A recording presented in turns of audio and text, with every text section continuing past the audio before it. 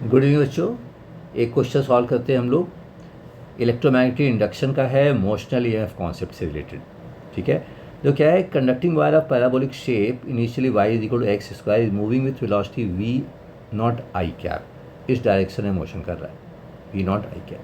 ठीक है, magnetic field non uniform है, बी की वैल्यू इसमें दी हुई है, I show in the figure. V naught l beta are positive constants and delta phi is the potential difference developed with the ends of the wire. मतलब point, इस point और इस पॉइंट के बीच की बात कर रहे हो। ठीक है, अब देखो इसमें सिंपली आप मोशनल ईएमएफ का कॉन्सेप्ट लगा दो, तो मोशनल ईएमएफ की वैल्यू कितनी होती है, आप वेक्टर फॉर्म में याद रखो, हमेशा यूजफुल होगा, v cross b dot L, right. अब इसको जब आप इवेलुएट करोगे तो आपके पास वैल्यू आती है v परपेंडिकुलर, b और l परपेंडिकुलर।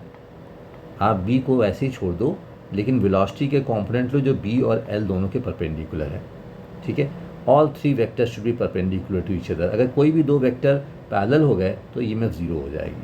ठीक है, hence you observe that v vector, b vector and l vector must be perpendicular to each other। ठीक है, ये पॉइंट आप जानते हो। If any two vectors are parallel motional EMF will be zero. अब देखो मैंने इस वायर के दो कंपोनेंट्स ले लिए, हर पॉइंट पे एक x कंपोनेंट एक y कंपोनेंट ले लिए। This is the x component, this is y component, x y छोटे छोटे एलिमेंट्स ले लिए। आप देखोगे जो dx एलिमेंट है, dx एलिमेंट की वजह से कोई मोशनल ईएमएफ डेवलप नहीं होगा। हमने देखो यहाँ पर लिखा है each element is of wire can be broken into two parts dx and dy। ठीक है, dx element is parallel with velocity vector, so obviously there will be no motional EMF due to dx element, only dy element will produce motional EMF। ठीक है, तो अब motional EMF की value निकाल लेते हैं। एक छोटा एलिमेंट लिया हमने v b dy। अब मैं इसे इंटीग्रेट करूँगा 0 से लेकर के y तक, y की वैल्यू l तक है। ठीक है, तो इसको हमने 0 से l तक इंटीग्रेट कर लिया। आप देखिए वैल्यू इतनी आ रही है। अब उसमें ऑप्शन ए में दे रखा है कि ऑप्शन ए में बीटा की वैल्यू 0 कर दी इन्होंने।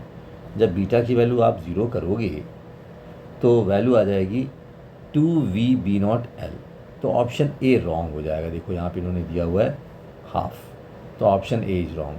बीटा की वैल्यू 2 पुट कर दो, बीटा की वैल्यू 2 पुट कर दी हमने, तो वैल्यू आ गई l plus 1/3l, so that become 4/3 v0 l। तो बी ऑप्शन सही हो गया, बी ऑप्शन इज करेक्ट।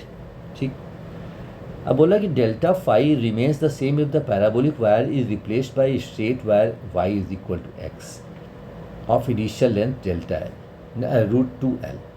तो अब आप देखो ध्यान से, अगर मैं वायर को √2l से रिप्लेस करता हूँ तो इसका y कॉम्पोनेंट तो l ही रहेगा, क्योंकि हमने एंगल 45 डिग्री पे लिया हुआ है, y is equal to x. इसका मतलब effective length along y direction remain same, no change in y। If you consider y is equal to x the length of wire √2l, y component of the wire is still l। ठीक है, ये बात समझो। Hence induced EMF will remain same, induced EMF की value same ही रहेगी। ठीक है, फोर्थ ऑप्शन कहता है d phi is proportional to length of the wire projected on the y axis। ठीक है, क्योंकि x कंपोनेंट की वजह से तो मोशनल ईएमएफ हो ही नहीं रहा है। Option D is also correct, only component perpendicular to v vector is required in motional EMF. So हमारे पास आंसर आ गया बी सी एंड डी। ठीक है, तो आसान सा क्वेश्चन है, इसे अपने आप कर सकते हो आप।